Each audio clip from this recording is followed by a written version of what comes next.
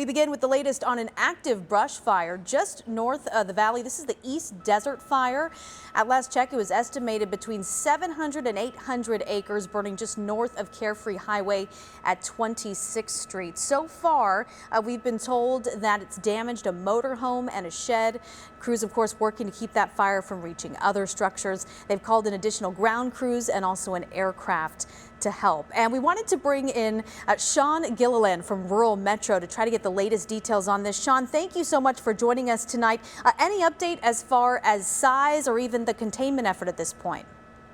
You're welcome, Danielle. Yeah, currently we're looking at several hundred acres. I believe the last report I heard was 400, so it's grown slightly since then. As you said, no structures currently have been affected by this other than that a motorhome and a shed during the original start of the fire. Okay, well, that's good news. Hopefully it stays that way. What is this area like? What's the terrain like for crews out there? So the area it's sparsely populated. It's obviously more rural than some of the other areas, but it's definitely a little more rugged. There's obviously hills and valleys and a lot of stuff that these firefighters are having to work through.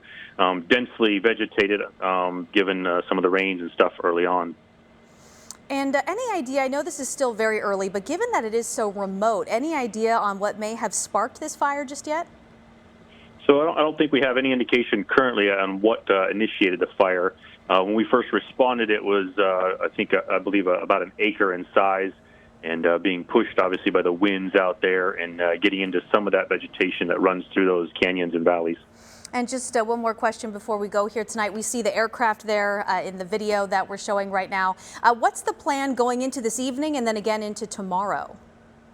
So we'll definitely be doing as aggressive as possible to keep it contained, to away from any structures, keep it contained and push it down. As you can see, we called in quite a few resources from just about every agency in the West Valley is assisting, including the aircraft. So we're making every effort possible to definitely stifle the fire and keep it as small as possible.